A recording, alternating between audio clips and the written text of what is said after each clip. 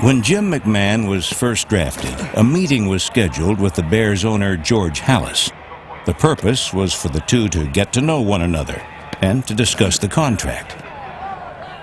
Well, Mr. Halas is taking a nap. And I said, well, wake him up. I said, I got friends here in town I'd like to go out. So I finally got to meet Halas, and he sat there and said I was too short, had a bad eye, bad leg, and I probably should just go to Canada. That was his first words to me. And I said, why the hell did you draft me? Why'd you waste the first pick on me? And he'd already had a contract there for me to sign. And I looked at it and wadded it up, threw it at him, said, no thanks, and I walked out.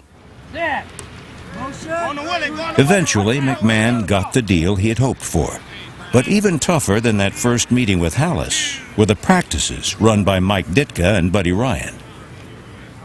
On Friday afternoons, Friday mornings, we would have a live goal line scrimmage, number one offense against the number one defense, and that was pretty intense. I mean, that was every week, and it was amazing that we didn't get more guys hurt.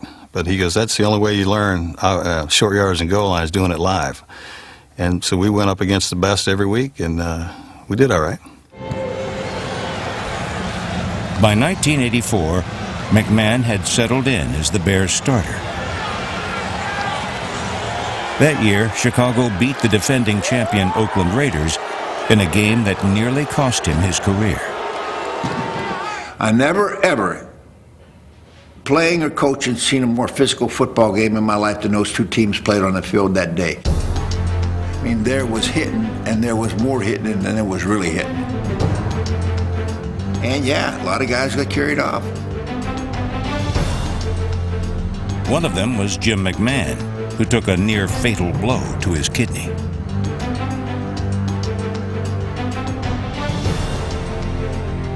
And what the doctor thinks happened, kidney kind of came around my ribs and exposed itself and tore the bottom part of the kidney right off. Started to lose my equilibrium, and I grabbed the strength coach and said, hey, come back to the locker room with me. I'm going to go to the bathroom and see what happens. And it was nothing but blood. And they put me in the CAT scan, and they see the kidney just like a fountain, just squirting out.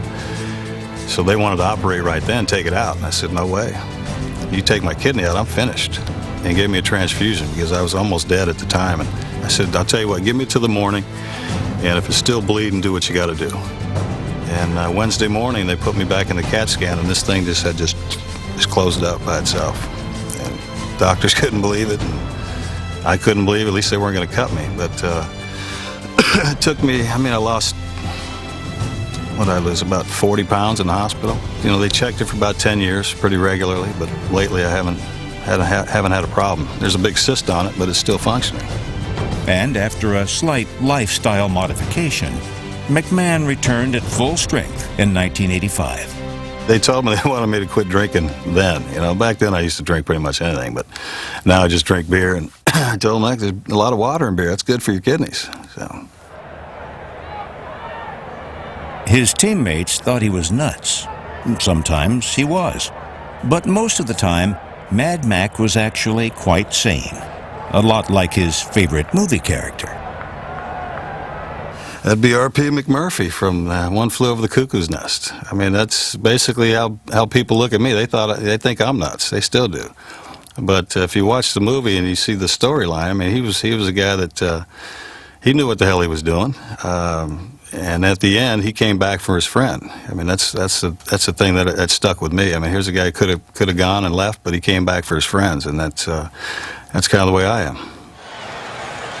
McMahon loved to mess with the heads of the band of reporters that hounded him. But it was his headband that caused the league and the press to hound him even more. It was an Adidas headband I'd been wearing since I got in the league. And there was never a word said to me about it. Nobody said a thing, but now all of a sudden we're in the playoffs. In the 1985 playoff game against the Giants, McMahon was fined $5,000 by Commissioner Pete Rozelle. I had to talk to Pete Rozelle. He said, well, you're giving them free advertising. Adidas wasn't paying the NFL. That was the big stink. And I said, well, I'm not the one giving them free advertising. You guys are the ones that have a camera on me wherever I go. So the following week, I figured, well, we'll give him some recognition and see what happens. Jim McMahon is wearing a headband this afternoon that says Roselle. It's Roselle written on a white headband. Or Roselli, whatever. Put Roselle on there. He called and thanked me for the free advertising. I didn't get fined. And now Adidas wants me to wear this thing in the Super Bowl. In Super Bowl 20, McMahon wore his headband around his neck to avoid league fines. So that you see this Adidas thing in every shot. I got my 50K and they couldn't find me. And I called Pete and said, see how stupid your rule is? I said, what does this have to do with any part of the game that you guys made a big stink about it? Throughout the game, McMahon sported many different headbands representing charities and good causes. This is going to cause such controversy, and everyone's going to pay so much attention, he's going to put some things on there that mean something. He's got one out that says POWMIA right now. He even wore a Pluto headband in honor of friend and former teammate Dan Plater.